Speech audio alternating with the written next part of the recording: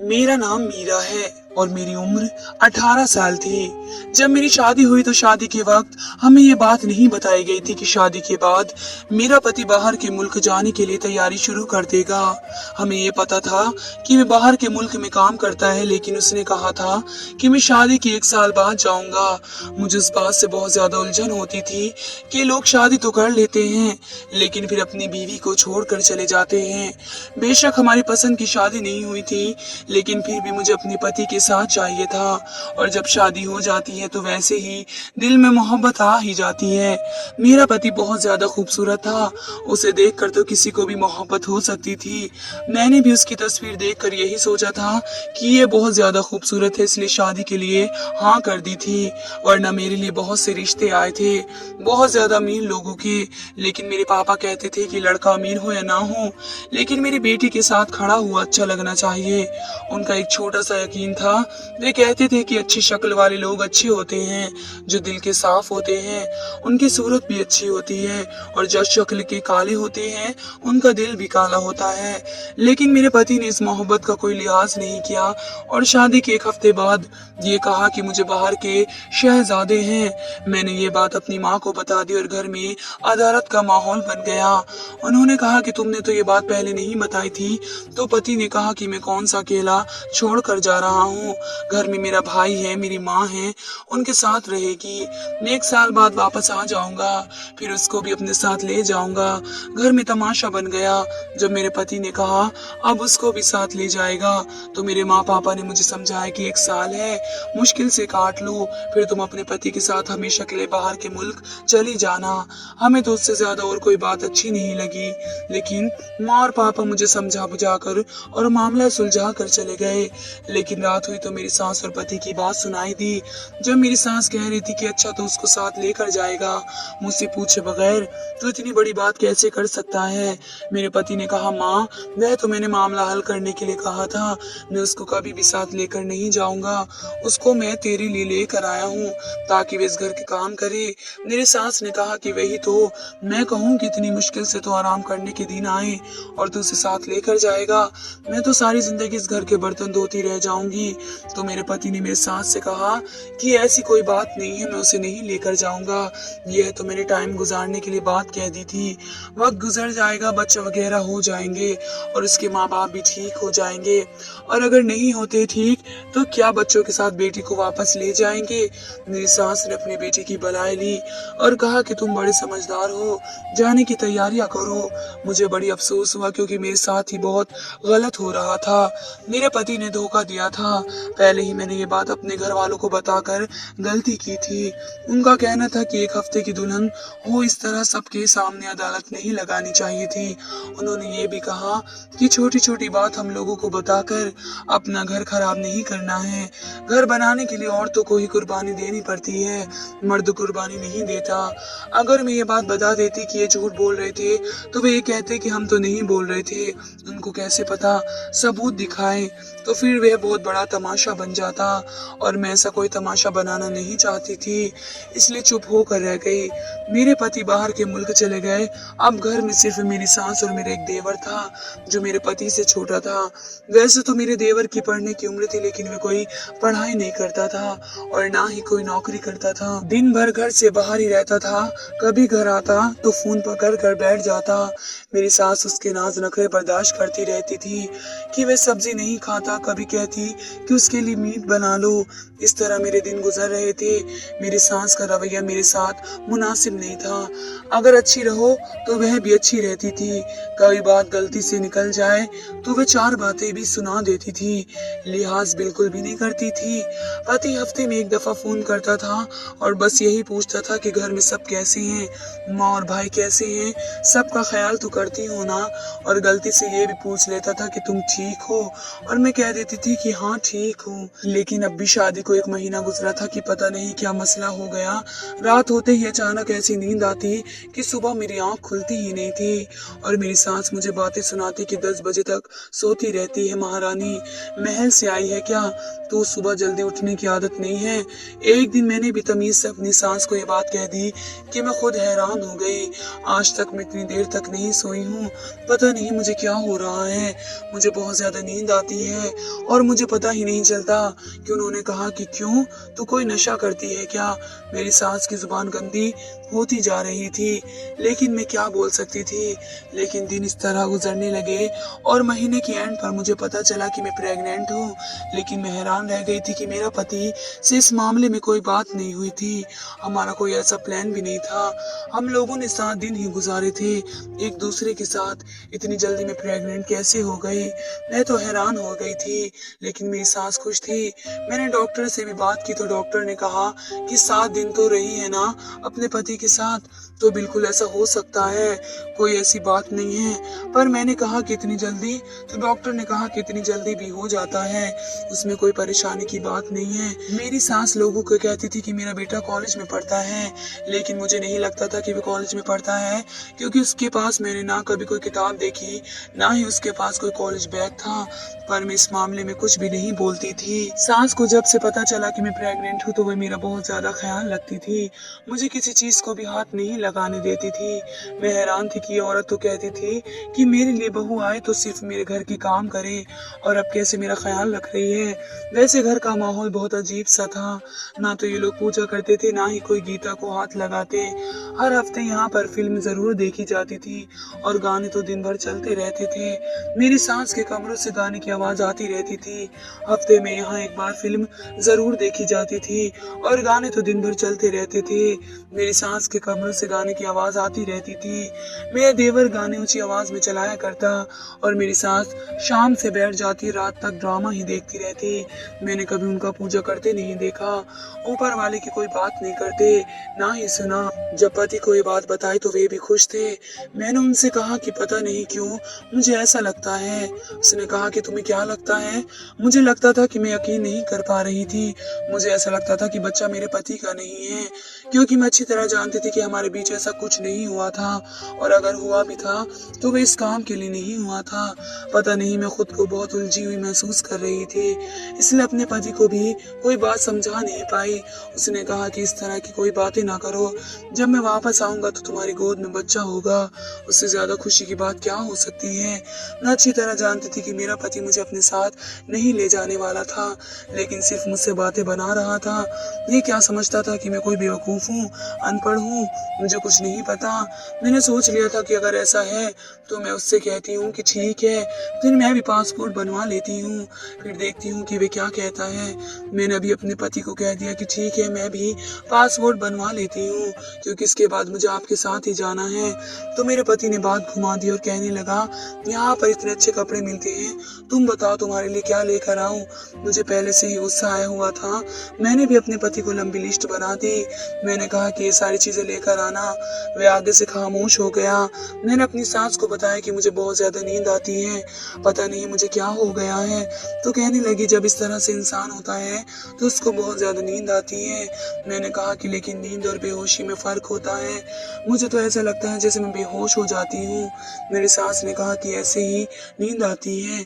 मेरा देवर मुझसे बहुत दूर रहता था, मतलब देवर भाभी वाला हमारा कोई रिश्ता ना था। वह तो मुझसे दूर से देखता बोलता भी ना था और मेरी बनाई किसी चीज की तारीफ ना करता था। एक दिन घर में कोई ना था, अचानक से मेरी तबीयत खराब हो गई। मेरा 5वां महीना शुरू हो चुका था। मैंने देवर से कहा कि मुझे डॉक्टर के पास ले जाओ, तो कहने लगा, मैं कैसे आपको ले जाऊं, यहाँ से रिक्शा बहुत दूर से मिलता है। मैंने कहा कि रिक्शा की क्या जरूरत है, मोटरसाइकिल पर ले जाओ, मुझे बहुत ज्यादा दर्द हो रहा है। तो कहने लगा कि नहीं, आपके साथ मोटरसाइकिल पर नहीं बैठ सकता। क्यों नहीं बैठ सकते? तो कहने लगा कि अच्छा नहीं लगता। मैंने कहा तुम्हें अच्छा लगता है या ना लगता है, उधर मेरे दर्द से जान निकल रही है, तो क्या मैं यही मर जाऊं? मेरे दर्द हो रहा है। और मैंने कहा कि किस किस्म के इंसान हो, घर में कोई गैरतमंद है भी या नहीं? ना मैंने कभी किसी को पूजा करते देखा, तुम लोगों ने कभी गीता को हाथ नहीं लगाया, और यहाँ पर तुम्हें पर्दे की पड़ी है कि भाभी देवर के साथ मोटरसाइकिल पर नहीं बैठ सकती। वे खामोश हो गया। इतने में मेरी सांस आ गई जो कहीं गई हुई थी। मैं रिक्शा में वापस आई तो उसने फौरन जाकर रिक्शा वाले को रोक दिया। फिर रिक्शा में मुझे अस्पताल ले गई। बाद में मेरी सांस ने ही मेरे देवर को बातें सुनाई कि शर्म आनी चाहिए तुम्हें, इतनी भी क्या तुम्हारे अंदर गैरत आई हुई थी? तो कहता है कि मुझे शर्म आती है। बाद में मेरी सांस ने मुझे कहा कि मेरा ये बेटा बहुत शर्मीला है। क्या मैंने कहा कि उस शर्मीलेपन की वजह से आज मेरा मर जाना था। एक दिन मैंने देखा कि मेरी सांस और देवर आपस में बैठे कुछ बातें कर रहे हैं। उनकी बातें बहुत अजीब सी थी। मुझे कुछ समझ आई पर कुछ समझ ना आई। मेरी सांस ने कहा कि मेरे बेटे से ज्यादा बेवकूफ कोई नहीं है। वे मेरे पति की बात कर रही थी कि कितना बड़ा बेवकूफ है जिसको ये भी नहीं पता कि शादी का मतलब क्या होता है। आज फोन करके कह रहा था कि मेरे आने तक तो मेरा बेटा या बेटी तक दुनिया में आ चुका होगा, तो मैं कुछ पैसे भेज देता हूँ, बच्चे के लिए शॉपिंग कर लेना। और मुझे हंसी आ रही थी। मैं तो ये सोचती हूँ कि ये सब कुछ खानदान वालों को पता चल गया तो क्या होगा। मेरे देवर ने कहा कि खानदान वालों की आपको कब से फिक्र होने लगी, उस खानदान में तो आपको भी बड़ा जलील किया है, अब उसके बारे में क्यों सोच रही हैं? मेरी सांस ने लंबी सांस खींची और कहा कि इस खानदान ने मुझे बड़ा जलील किया था।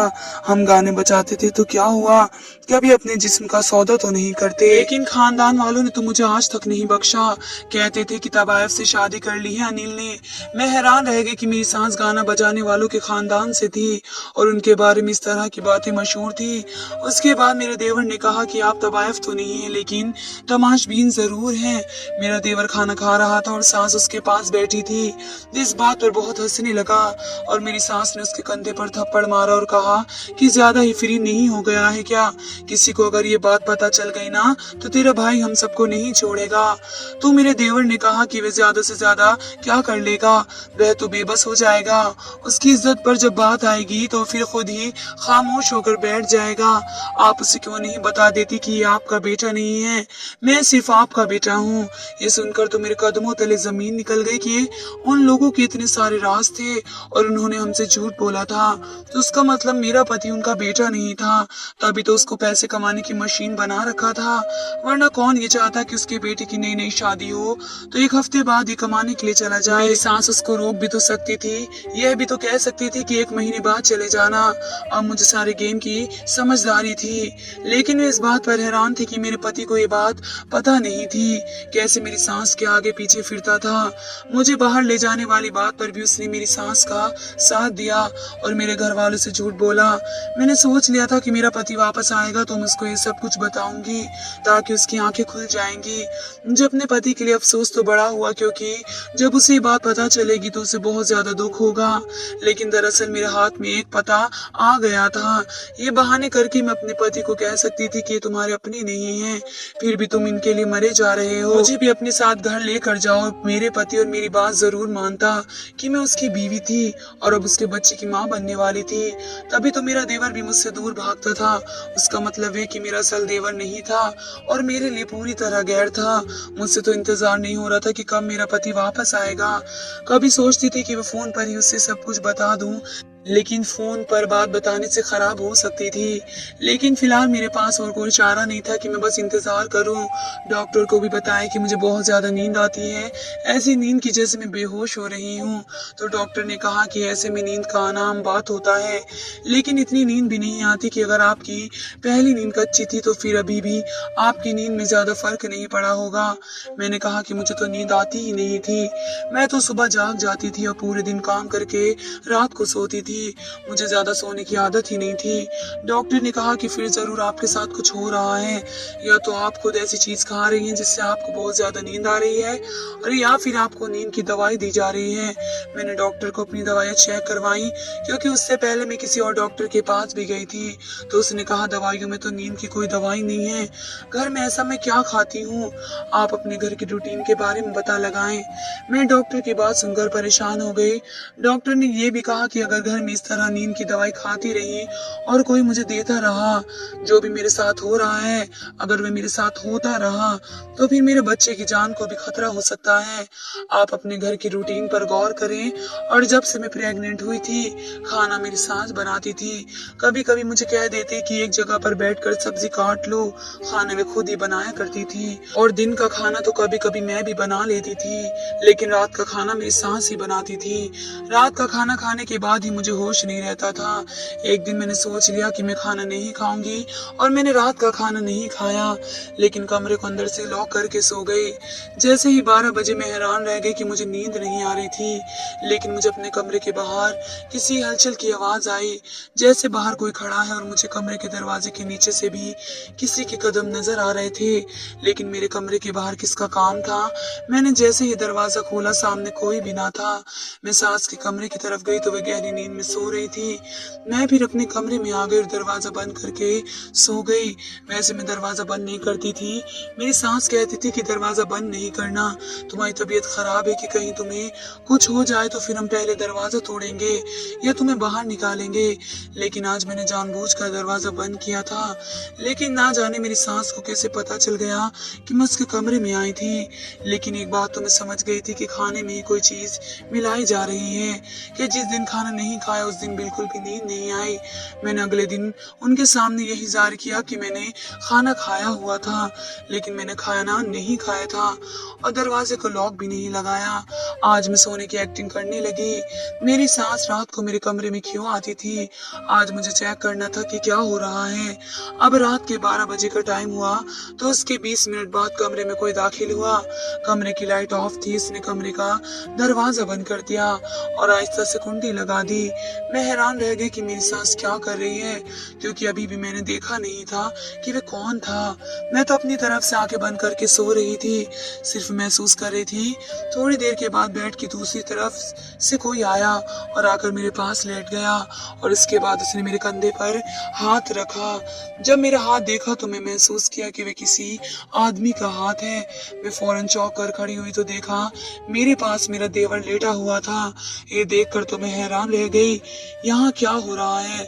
मैंने उससे कहा कि तुम्हारा मेरे कमरे में क्या काम है। मैंने चीखना चिल्लाना शुरू कर दिया, अपनी सांस को आवाज देना शुरू कर दिया। मैं हैरान रह गई कि एक तरफ तो मेरा देवर ये कहता था कि मैं आपको मोटरसाइकिल पर नहीं बैठा सकता क्योंकि आप मेरे लिए गैर हैं, और दूसरी तरफ आधी रात को ये मेरे कमरे में क्या कर रहा था। उसका यूं मेरे कमरे में आकर मेरे साथ मेरे बेड पर लेटना और उसने मेरे कंधे पर हाथ भी रखा। ये इस तरह से आया था कि जैसे उसका कमरा हो और ये रोज यहाँ पर आता है और उसको कोई डर खौफ नहीं था। मेरी सास वहां पर आई और मैंने कहा कि देखो आपका बेटा क्या कर रहा है। उसका क्या काम था मेरे कमरे में, उसने मेरा दरवाजा क्यों लॉक किया। मेरे गुस्से में बुरा हाल था, मैं बोले जा रही थी। मैंने कहा कि आप किस तरह के खानदान से हैं और आपके बेटे का भी यही काम निकला। मैं फौरन फोन की तरफ बढ़ी और मैंने कहा कि मैं अपने घर वालों को फोन करूंगी, लेकिन अचानक मुझे अपने सर में बहुत ज्यादा दर्द महसूस हुआ और मैं बेहोश हो गई। किसी ने मेरे सर पर वार किया था और वह मेरी सास थी। मेरी आंखें खुली तो मैं अपने कमरे में थी। उसने मुझे कहा कि ये बच्चा भी मेरे छोटे बेटे का है, क्योंकि मैं नहीं चाहती थी कि मेरे बड़े बेटे का वारिस बने, क्योंकि मेरे पति की वसीयत थी कि जब मेरे बड़े बेटे की शादी हो जाएगी तो सारी दौलत उसके वारिस की होगी, इसलिए वह वाला वारिस छोटे बेटे का होगा। शादी तो उसकी करवानी पड़ी दुनिया वालों को दिखाने के लिए, लेकिन बच्चा ना अपने छोटे बेटे से ही पैदा करवाना चाहती थी। जो कुछ भी हुआ है मेरी निगरानी में हुआ है, मैंने खुद करवाया, और अब अगर तुमने जुबान खोली तो तुम्हें जान से मार दूंगी। फिक्र भी नहीं करूंगी कि तुम्हारे पास मेरा पोता है। पहले मैंने गलती की थी, सारा कुछ अचानक से ही बता दिया था और गुस्से में आकर चिल्लाने लगी थी। लेकिन अब मैंने डरने की एक्टिंग की और कहा कि ठीक है, किसी को नहीं बताऊंगी, बस मेरे बच्चे को कुछ न करना। सास ने कहा कि अगर तुम अपना मुंह बंद रखोगी तो मैं कुछ ना करूंगी, लेकिन मैं समझती थी कि ये मुझसे मेरा बच्चा लेने के बाद मुझे भी जान से मार देंगे। मेरे देवर ने इतना घटिया काम किया और सास ने करवाया। मैं सोच भी नहीं सकती थी कि ये इस तरह के लोग निकलेंगे। जाहिर है जैसा इंसान होते हैं वैसे ही हरकतें करते हैं। मेरी सास तवायफ ना सही, लेकिन उन्होंने मेरी कीमत तो लगा ही दी थी। मैंने किसी तरह ये वक्त गुजारा और ऊपर वाले ने मुझे एक बेटे से नवाजा। मेरे पति वापस आ गए तो बेटे को देखकर बहुत खुश थे, लेकिन मैं उनसे कोई बात करना चाह रही थी। और रात को ही जब हम दोनों पति पत्नी कमरे में थे, मैंने अपने पति को सब कुछ बता दिया। उसने कहा मैं उनसे पूछता हूँ। मैंने कहा कि किसी से पूछने की कोई जरूरत नहीं है, किसी भी तरह बस मुझे यहाँ से लेकर जाओ। ये लोग बहुत खतरनाक हैं, या हमें खाने में कोई चीज मिलाकर पिला देंगे, मेरी जान ले लेंगे और तुम्हें भी पता नहीं चलेगा, हमारे बच्चे को हमसे छीन लेंगे। मैंने अपने पति के सामने कसम खाई, अपनी औलाद की कसम खाई, तो उसने यकीन कर लिया। और ये सब करके मुझे क्या मिलना था? उसने कहा कि पहले भी इस तरह की हरकत थी जिससे मुझे शक पड़ता था, लेकिन मैंने नजरअंदाज कर दिया था। फिर अपने बाप के करीबी दोस्त को फोन किया जो उनके भाई जैसा था, और उसने भी कहा कि ऐसा ही है, तुम उनकी औलाद नहीं हो, लेकिन तुमसे बहुत प्यार थे, इसलिए वे तुम्हारी औलाद के नाम सब कुछ करके गए हैं। अगर तुम्हारा नाम करते तो लोग बातें करते। मेरे पति की आंखों में भी आंसू आ गए। उसके लिए सब कुछ करना आसान न था, लेकिन फिर उसने 1-2 दिन तक अपनी जुबान बिल्कुल बंद रखी और सारे इंतजाम किए। वे सब कुछ किया जो जरूरी था, और मुझे एक दिन अचानक वहां से लेकर दूसरे शहर चले गए। 2-3 महीने दूसरे शहर में ही रहे। मेरा देवर और सास हमें तलाश करते रहे। हमने फोन बंद कर दिया और नंबर बदल दिए। अपने घर वाले को भी समझा दिया कि किसी को कुछ ना बताएं। और फिर जब मैं सफर के काबिल हो गई तो हमेशा के लिए बाहर के मुल्क चली गई। आज मैं अपने पति के साथ यही रहती हूँ। मेरा एक बेटा है और अब उस बात को 3 साल हो चुके हैं। खैर, मैं फिर से प्रेग्नेंट हूँ। मेरा पति जानता है कि ये बेटा मेरे देवर का है, लेकिन वह उसे अपनी औलाद मानता है, क्योंकि उस सारे मामले में इस बच्चे का कोई कसूर नहीं। मेरे सामने बहुत शर्मिंदा हुआ, मैं भी बहुत रोई। मैंने कहा कि मेरी इज्जत लुटी गई है। उसने कहा कि मैं उसको अपनी औलाद समझूंगा और हम इस बारे में कभी कोई बात ना करेंगे। मेरी गलती थी, तुम्हारे साथ ये सब कुछ मेरी वजह से हुआ, मुझे माफ कर दो। मैंने अपने पति को माफ कर दिया क्योंकि उसकी कोई गलती नहीं थी, लेकिन अभी भी मैं कभी कभी सोचती हूँ तो आंखों में आंसू आ जाते हैं। अपने पति के साथ जिंदगी गुजार रही हूँ और उससे बहुत मोहब्बत करती हूँ। हम दोनों एक साथ इतने बड़े हादसे से गुजरे हैं, इसलिए हमारी मोहब्बत बहुत बढ़ गई है। हम साथ रहते हैं, ये तो नहीं कहूंगी कि जिंदगी बहुत अच्छी है, क्योंकि जो मेरे साथ हुआ वह किसी दुश्मन के साथ भी ना हो, लेकिन फिर भी इतना जरूर कहूंगी, अगर साथ देने वाला पति हो तो सारे मसले आसान लगने लगते हैं, वरना छोटी छोटी परेशानियां भी दूसरे घर में संभालना मुश्किल हो जाती है। धन्यवाद दोस्तों।